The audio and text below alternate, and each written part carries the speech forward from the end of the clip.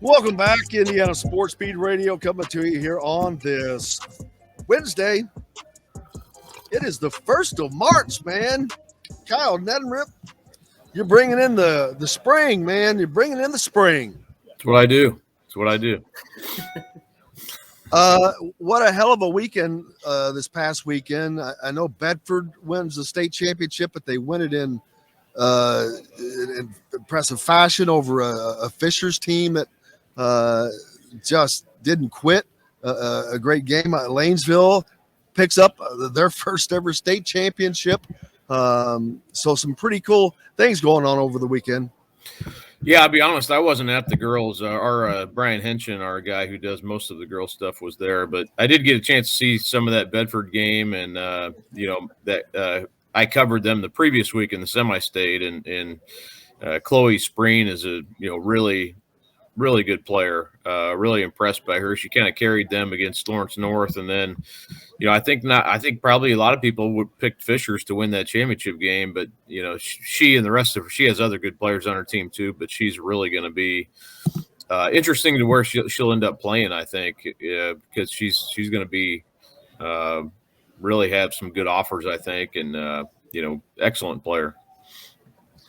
Now the boys up next is where are the boys in the tournament right now? Are they in regional play? No, first night of sectional play was last night. So then okay. Tonight is another big night. I was out at Carmel last night for the first night of sectionals, and a lot of great games around the state last night. So, yeah, we're into it this week. The big thing about Indiana is when someone gets knocked off in that first game on a Tuesday or a Wednesday, and they're like, oh, wow. Or anything like that happen? Any shockers last night?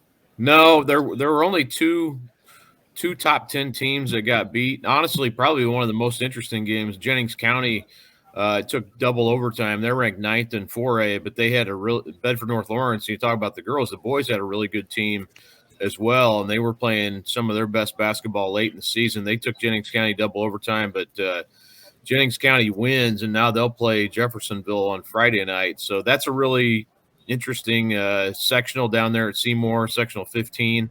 The biggest game, probably the team, I was at the game last night where Carmel got beat. They were up 9 going into the fourth quarter, and Westfield came back and beat them 43-40. I didn't see that coming. I thought Carmel was up 9, and it held Westfield to 24 points in the first 3 quarters.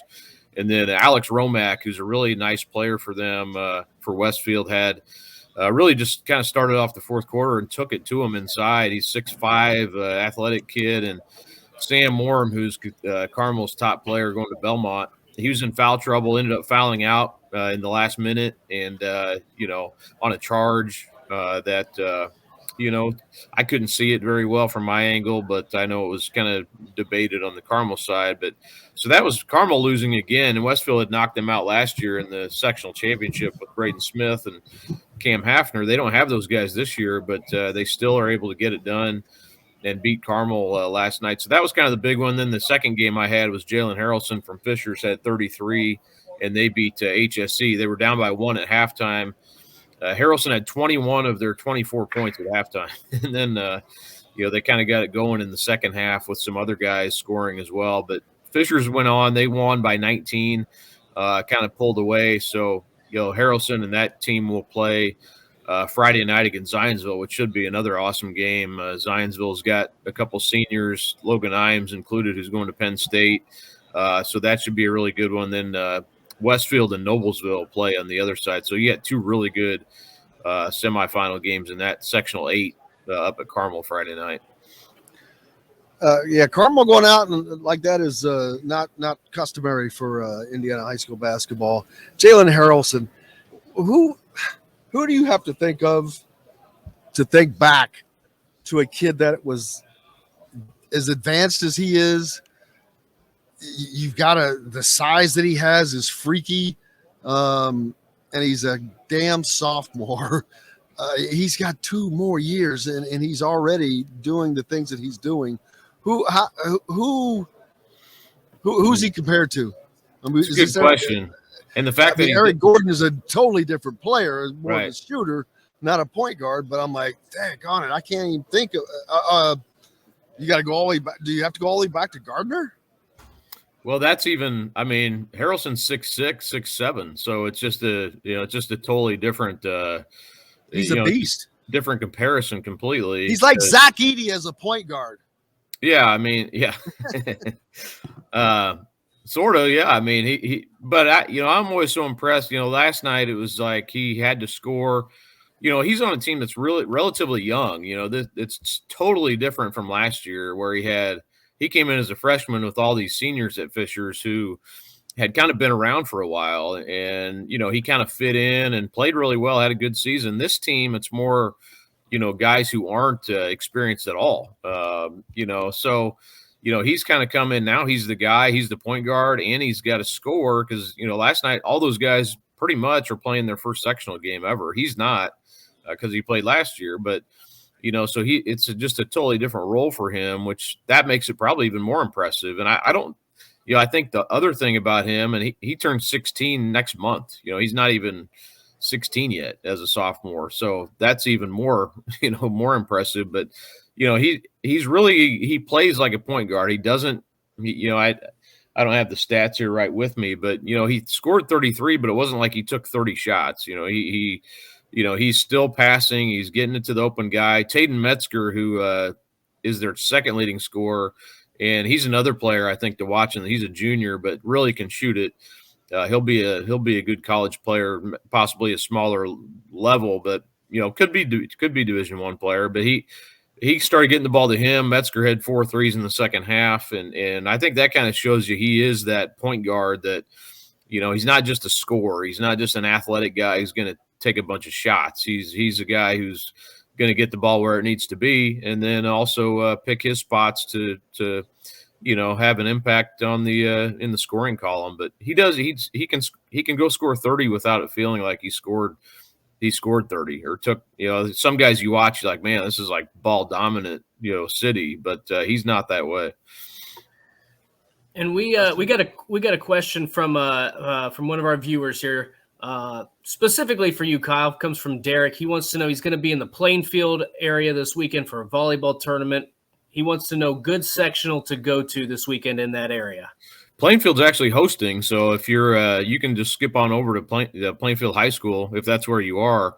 Brownsburg and Terre Haute North play, and also Terre Haute South beat Avon. That was kind of a slight upset, I think, last night at Plainfield. They only have a 5-team sectional, so it's there's only there was only one game last night, and then they're off until Friday. So Plainfield will play Terre Haute South and Brownsburg Terre Haute North. Both those games, I think, will be pretty good games. So if that's Friday night and then Saturday would be the championship, which I would think could be Brownsburg and Plainfield probably. But Terre Haute North's good, and Terre Haute South, I know they had a really good game last night against Avon. They got a kid named Baker who can really fill it up. So, yeah, that's probably, if you're in Plainfield, that's honestly probably your best bet there. Just go over to the high school. Yeah, just stop right in.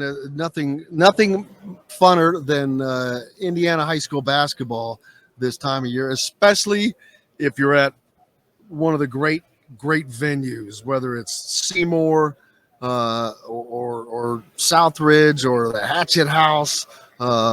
There's so many just great arenas. And I'm assuming they're playing in Hinkle, right? No, they don't play there anymore. Yeah, that's no, really. No. That's probably been that would suck. I would want to play there just for the the joy of saying, oh yeah, I played in Hinkle. It's a cool. I would love, if I was in high school, I would love to play in there. I think they should have I almost think that they should take the state finals back there. What does it hold?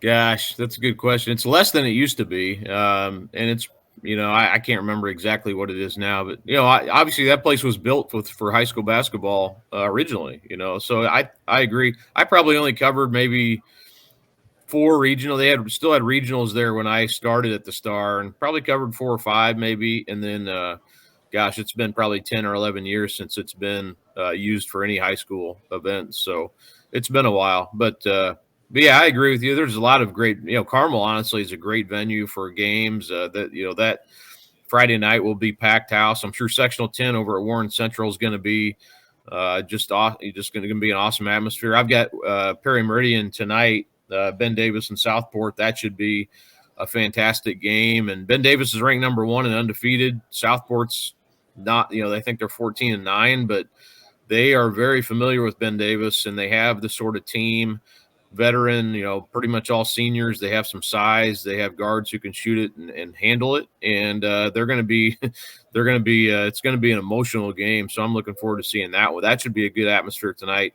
down at Perry Meridian. But yeah, sectional week's so fun because you can pick almost anywhere. Lagodi is going to have, that would be a lot of fun. I think they play Orleans. Will probably be the likely matchup there Saturday night. I guarantee that'll be a sold out venue. So yeah, you can't miss. You wish you could just get to more games, because it's such a fun week, but it's just so packed and everything's happening so fast. That's kind of what makes the week so different and so fun. Yeah, I can still think back to when I was in high school. At Floyd Central, we couldn't wait. We were going to Seymour. It was going to be a blast. It always was. You played back then. You would play teams that you didn't play, that you didn't see. Now a little bit more mixed in there, somewhat because of the conferences. But it's amazing in this day and age when so many things have gone by the wayside. And even though Indiana basketball is not quite what it used to be, it's still the best in the country by far, and it is still a very awesome, viable, and a entertaining product. Yeah, I mean, there's definitely games over the years where I've walked in and been like, what are people talking about? This, it's not there anymore because if you're at the 2018 semi-state at Seymour, I was just talking to Noblesville's coach last night. He was coaching at Morristown at the time. Morristown played Bar Reeve, and you could not even hardly get in the building an hour before the game. And, so there are, the 2020 sectional at Lawrence Central was every night, was just completely packed, and so, I know people, it's different or whatever, but there's still awesome atmosphere and a lot of passion for it. And I think our nostalgia probably gets the better of us sometimes too. Not every game in the 1960s was a full, so I think it's part of that too. But it's just, it's still, there's a lot of great basketball out there, a lot of great environments, and a lot of great moments, and it's fun to be there to document at least some of that.